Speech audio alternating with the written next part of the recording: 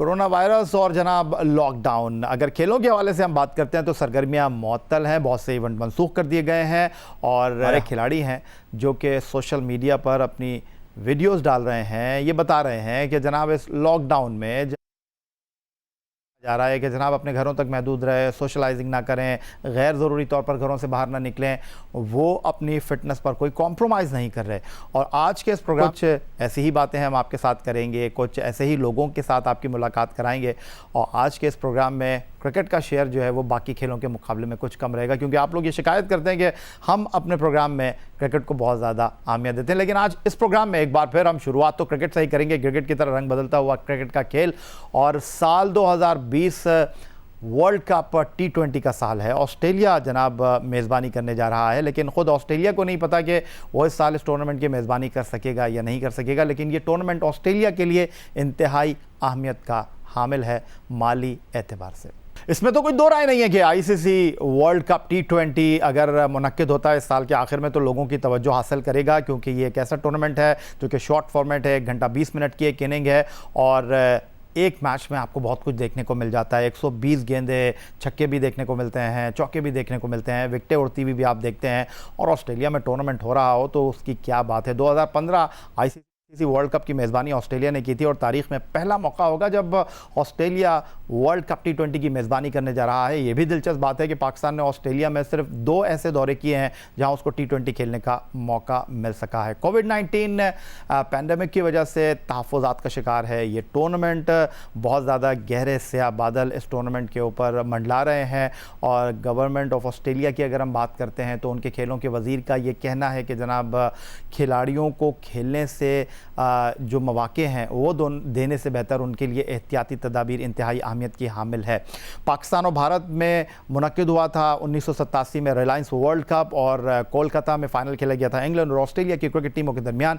और ऑस्ट्रेलिया ने Allan Border की क़यादत में क्रिकेट का पहली बार वर्ल्ड कप जीता था और एलन बॉर्डर को क्रिकेट ऑस्ट्रेलिया में इंतहाई अहम मुकाम हासिल है। और उनका कहना यह है कि बिना तमाशाइयों के टूर्नामेंट नहीं होना चाहिए। मैक्सवेल भी कुछ ऐसा ही कह रहे हैं, जो कि ऑस्ट्रेलिया की T20 वनडे टीम के इंतहाई अहम खिलाड़ी हैं। दूसरी तरफ अगर इंटरनेशनल क्रिकेट काउंसिल के नुक्ता नज़र से हम बात करते हैं, कुछ दिन पहले वो सर जोड़कर बैठे थे और कोई फ़ैसला नहीं कर पाए थे और अब उन्होंने तय ये किया है कि अगस्त 2020 में वो किसी नतीजे पर पहुंचेंगे, कुछ तय कर पाएंगे कि ये टूर्नामेंट हो सकता है या नहीं हो सकता। अक्टूबर में ये टूर्नामेंट स्टार्ट होना है, 16 टीमों का ये टूर्नामेंट है। ऑन द अदर साइड अगर हम बात करते हैं तो क्रिकेट ऑस्ट्रेलिया के लिए इंतहाई अहम टूर्नामेंट है इंटरनेशनल क्रिकेट काउंसिल का, क्योंकि इस साल दिसंबर में ऑस्ट्रेलिया को 4 टेस्ट मैचों की मेज़बानी करनी है भारत के लिए। और अगर ये 2 इवेंट नहीं हुए क्रिकेट ऑस्ट्रेलिया के लिए तो $300 मिलियन का खसारा हो सकता है क्रिकेट ऑस्ट्रेलिया को। पूरी कोशिश कर रहा है क्रिकेट ऑस्ट्रेलिया के किसी तरह ये टूर्नामेंट हो सके। तो जिस तरह प्रोग्राम की शुरुआत में मैंने आपसे ये कहा था कि कोविड-19 पैंडेमिक की वजह से बहुत से खिलाड़ी घरों तक महदूद है, लेकिन अपनी फ़िटनेस पर कोई कॉम्प्रोमाइज़ नहीं कर रहे और सोशल मीडिया पर उनकी वीडियोज़ आप देख रहे हैं।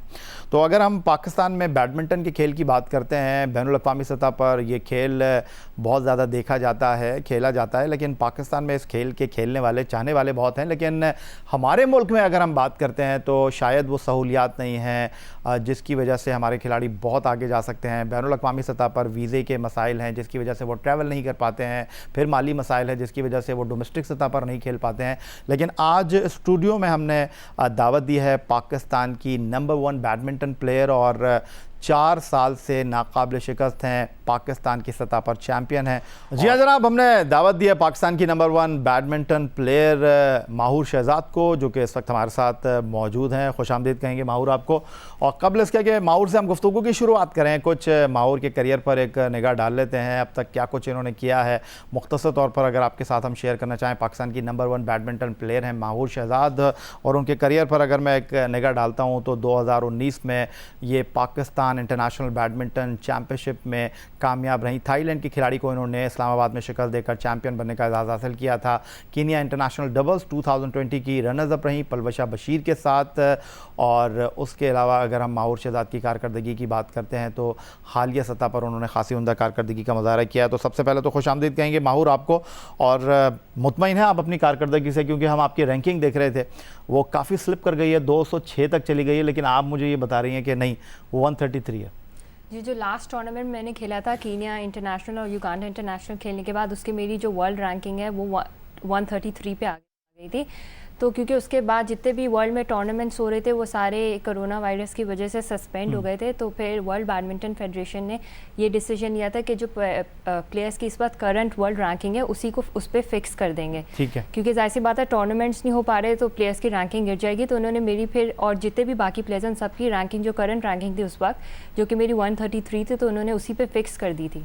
अच्छा माउर, अगर हम बात करें कोरोना वायरस की वजह से खेलों के बहुत से मुकाबले नहीं हो रहे हैं, खेलों को तो आप साइड पर रख दें, ज़िंदगी के लाले पड़े हुए हैं, जो मईशत है वो बहुत ज़्यादा बुरी तरह मुतासर हुई है।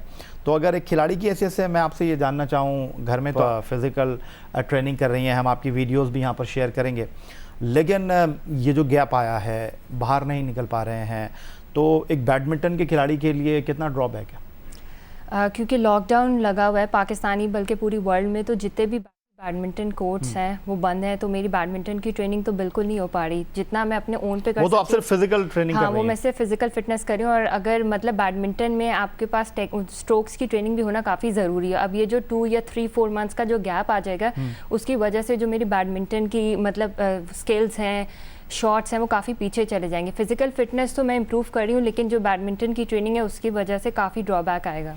वैसे बैडमिंटन के हवाले से अगर हम बात करें तो आप डोमेस्टिक सतह पर तो खेलती नहीं हैं, लेकिन बैनुल अक़वामी सतह का अगर हम बात करते हैं, इस साल आप डेनमार्क भी गई, गुज़िश्ता साल फिर कीनिया भी गई, उससे पहले आई थिंक आप शायद साउथ अफ्रीका में थी या ईरान में थी। तो अगर हम ये कहें कि गुज़रने वाला जो साल था वो आपके लिए बैनुल अक़वामी सतह पर इवेंट आपके लिए लेकर आया, तो बैनुल अक़वामी सतह पर इवेंट आप खेली, कीनिया में आप फाइनल तक भी पहुंची, पलवशा बशीर के साथ डबल्स में आ रही हैं आप, तो आप समझती हैं कि अच्छे मौके मिले और इस तरह के मौके अगर मिलते रहें तो पाकिस्तान में ये खेल ऊपर जा सकता है? जी बिल्कुल। लास्ट ईयर जैसे कि मैंने कीनिया में खेला, लास्ट ईयर नहीं बल्कि लास्ट ईयर मैंने बेनिन में खेला, आइवरी कोस्ट में खेला, 4 अफ्रीकन कंट्रीज़ में खेला। उसके बाद फिर मैं डेनमार्क गई थी फॉर 2 मंथ्स ट्रेनिंग। पूरे पाकिस्तान में से सिर्फ एक मैं वाहिद प्लेयर थी जो सेलेक्ट हुई थी डेनमार्क में ट्रेनिंग के लिए। तो मुझे तो काफ़ी अपॉर्चुनिटी मिली कि मैंने बाहर जाके ट्रेनिंग सीखी। फिर उसके बाद फिर साउथ एशियन गेम्स हुए थे नेपाल में 2019, उसमें पार्टिसिपेट किया। फिर इस साल मैंने 3 टूर्नामेंट्स खेले, ईरान में खेला, कीनिया में खेला, युगांडा में खेला। तो जितना ज़्यादा टूर्नामेंट्स में खेल रही हूँ उससे ज़्यादा मुझे इंटरनेशनल एक्सपोजर मिलता है। और क्योंकि बाकी जो प्लेयर्स हैं वो इसलिए नहीं खेल पा रहे क्योंकि जाहिर सी बात है सबके पास फंड्स नहीं है। 2017 से आप नेशनल चैम्पियनशिप जीत रही हैं, तो क्या नेशनल सतह पर आपके मुकाबले पर कोई नहीं है या कंपटीशन नहीं है जिसकी वजह से आप 4 साल बिल्कुल स्टेट जीतती भी आ रही हैं? नई कंपटीशन तो जैसे जैसे टाइम गुजर रहा है तो पाकिस्तान में जो लड़कियों का बैडमिंटन का लेवल है वो काफ़ी इंप्रूव हो रहा है और देखने में आ रहा है कि काफ़ी और जितने भी मतलब यंगस्टर्स हैं वो भी बैडमिंटन शुरू करें और कंपटीशन लेवल तो काफ़ी बढ़ रहा है। अगर पहले 32 लड़कियां होती थी तो अब 64 से बढ़ गई हैं लड़कियां। लेकिन मुझे लगता है क्योंकि मैंने अपना टारगेट इंटरनेशनल लेवल को रखा हुआ है और मैं उसको देख के ट्रेनिंग करती हूँ और इस लिहाज से मैंने अपनी ट्रेनिंग भी टफ़ की हुई है, तो इसलिए जो मेरा और बाकी लड़कियों में जो डिफरेंस है ना वो मैंने अपना गेन करके रखा है और मैं उसको मज़ीद बढ़ाने की कोशिश कर रही हूँ। बाकी प्लेयर्स का वो लेवल नहीं है कि वो इंटरनेशनल लेवल को उन्होंने एम नहीं किया हुआ। कुछ वीडियोज़ जो हमने आपकी देखी फ़िज़िकल ट्रेनिंग करती हुई, आपने जिस तरह कहा कि बैडमिंटन के साथ मैं एसोसिएट हूँ लेकिन खेलने का मौका नहीं मिल पा रहा बैडमिंटन, लेकिन फ़िज़िकल ट्रेनिंग पर कॉम्प्रोमाइज़ नहीं कर रही, वो मैं कर रही हूँ। तो अब इस लॉकडाउन की वजह से, घर तक महदूद रहने की वजह से बैडमिंटन आप खेल नहीं पा रही हैं, तो ये जो फ़िज़िकल ट्रेनिंग है जब सारी चीज़ें नॉर्मल हो जाएंगी तो आपके काम आएगी या ये एक बस गुजारे लायक है? वैसे तो मेरे घर में इंडोर रोइंग मशीन है। अच्छा। तो मैं उसके ऊपर प्रैक्टिस करी हूँ जिससे मेरे स्टेमिना बढ़ने में मदद मिलेगी। मैं अपना स्टेमिना जो है मेंटेन करूँ या उसको और ज़्यादा मज़ीद इम्प्रूव करने की कोशिश करूँ। उसके अलावा मैं स्किपिंग करती हूँ, फिर जंप्स वगैरह करती हूँ। तो ये सारी चीज़ें भी बैडमिंटन के लिए बहुत ज़रूरी हैं क्योंकि जब तक स्किपिंग में आप वो जो मसल्स यूज़ होते हैं वो नहीं होंगे तब तक बैडमिंटन में इम्प्रूवमेंट नहीं आएगी। और जंप्स भी बैडमिंटन के लिए काफ़ी ज़्यादा इंपॉर्टेंट है। तो मैं जितनी भी चीज़ें कर रही हूँ ये बैडमिंटन में यूज़फुल हैं और ये मज़ीद मेरा जो बैडमिंटन का गेम है उसको इम्प्रूव करेंगी।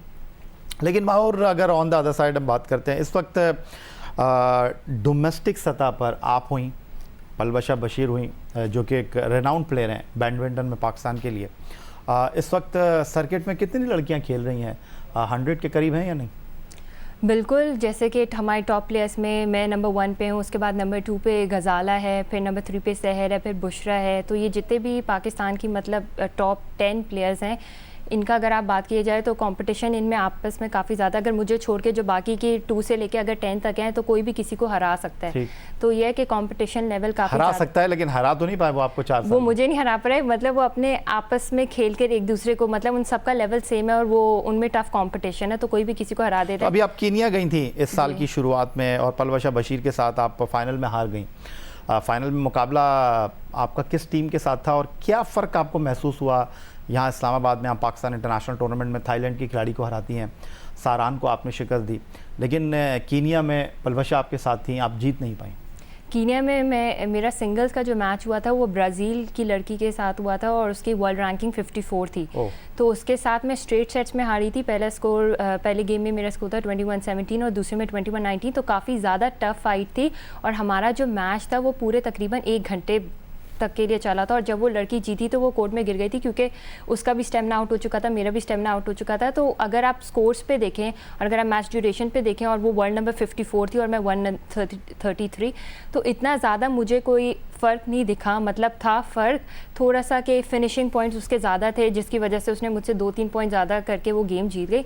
बाकी अगर फिटनेस देखा जाए या अगर गेम के स्ट्रोक्स की बात की जाए तो वो भी मेरे सेम था और उसके भी सेम थे। हाँ, उसके पास थोड़ी सी फिनिशिंग ज़्यादा थी। और डबल्स में हम लोग कीनिया इंटरनेशनल में फ़ाइनल्स में पहुंचे थे और फाइनल्स में हमारा मुकाबला इजिप्ट के साथ हुआ था। तो इजिप्ट में भी हम लोग उनसे स्ट्रेट में हारे थे, लेकिन स्कोर्स हमारे अच्छे थे कि पहला गेम 16 पे हारे, दूसरा गेम 17 पे हारे। माहूर बलोच, माहूर शहजाद जनाब हमारे साथ मौजूद हैं स्टूडियो में और बैडमिंटन से हम इनसे गुफ्तगू कर रहे हैं, लेकिन आज एक और खिलाड़ी से आपकी मुलाकात हम कराने जा रहे हैं। उस खिलाड़ी को तो आप जानते ही हैं, लेकिन आज के इस मुश्किल दौर में जहां कोरोना वायरस की वबा का हर जानिब चर्चा है, हर जानिब सिर्फ एक ही बात हो रही है, कोविड-19 पैंडमिक की, इस खिलाड़ी ने जनाब अपनी कैपेसिटी में रहते हुए बहुत कुछ करने की कोशिश की है उन गरीब नादार अफराद के लिए जो कि ज़िंदगी के इस मुश्किल दौर में, कठिन दौर में मुश्किल सूरत हाल से दो चार हैं। वो खिलाड़ी हैं जनाब पाकिस्तान हॉकी टीम के गोलकीपर इमरान भट्ट, और उन्होंने एक कैंपेन स्टार्ट की। आइए पहले इमरान भट्ट से आपकी मुलाकात हम करवाते हैं। वेरी वेल डन कहूँगा इमरान भट्ट साहब, आपको लाहौर स्टूडियो से आप हमें ज्वाइन कर रहे हैं, इसीलिए वेरी वेल डन कहूँगा कि पाकिस्तान हॉकी के खिलाड़ियों की जो हालत है उसको सब जानते हैं। पाकिस्तान ओलंपिक के लिए क्वालिफाई नहीं कर रहा, वर्ल्ड कप के लिए क्वालिफाई नहीं कर रहा। एक ज़माना था कि हॉकी में पाकिस्तान का तूती बोला करता था, लेकिन पैसा वो सबसे बड़ा फैक्टर है जो कि इस खेल में पाकिस्तान को पीछे कर रहा है। और हॉकी के खिलाड़ी वैसे ही मुश्किल सूरत हाल से दो चार हैं, उनके पास नौकरियाँ नहीं हैं।